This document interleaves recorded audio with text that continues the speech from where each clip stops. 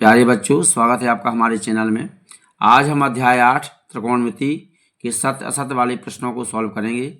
इसके लिए हमारा पहला प्रश्न है, थीटा के सभी मानों के लिए साइन थीटा बराबर कॉस थीटा। तो यह कथन असत्य है, चूँकि साइन 45 और कॉस 45 का मान एक जैसा होता है, बाकी सभी मान अलग अलग होते हैं।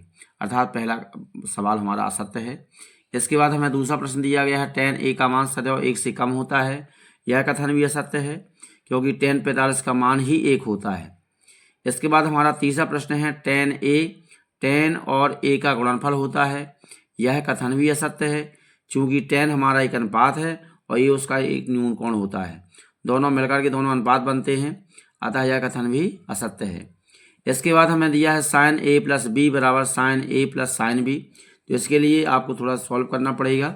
इसके लिए हम ये देखेंगे, सॉल्व करने के लिए कोई भी हम थीटा का मान मान लीजिए, a का मान ले लेते हैं यहाँ पर 30 अंश, a का मान ले लिया हमने 30 और b का मान ले लेते हैं, मान लीजिए अपन 60 अंश।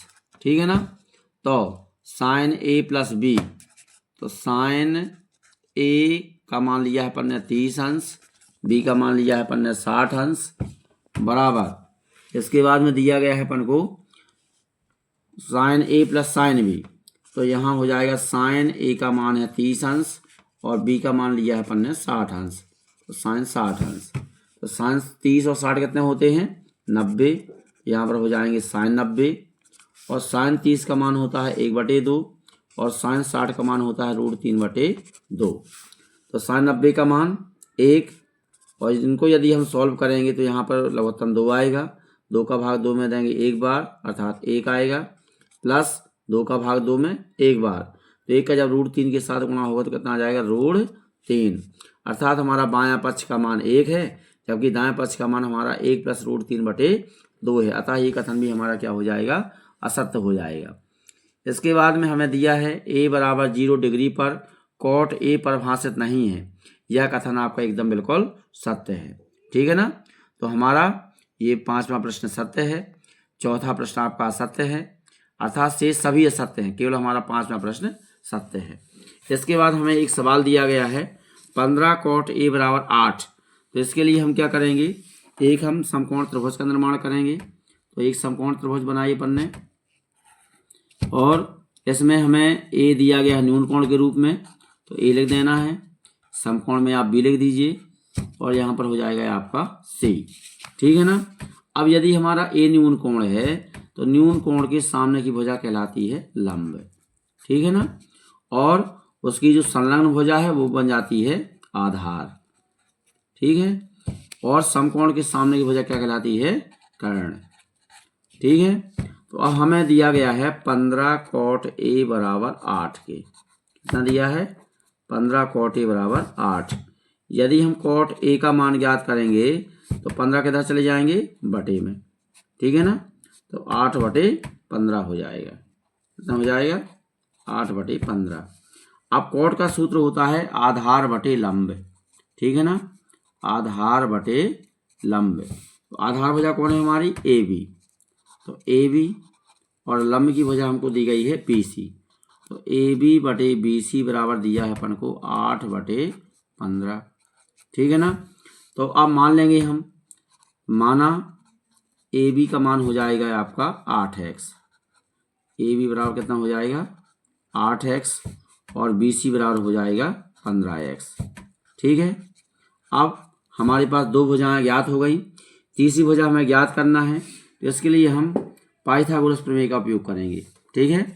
तो यहाँ पर चलना है आपको समकोण त्रिभुज ABC में, समकोण त्रिभुज ABC में लगा देनी है आपको पाइथागोरस प्रमेय।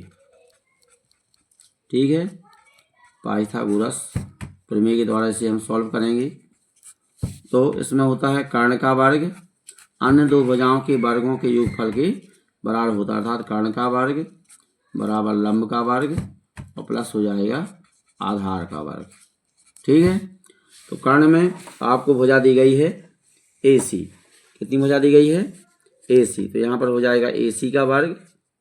लंब में आपको दिया गया है BC, तो BC का वर्ग, और आधार में दिया है आपको AB। यहाँ पर हो जाएगा ए बी का वर्ग। ठीक है, ऐसे।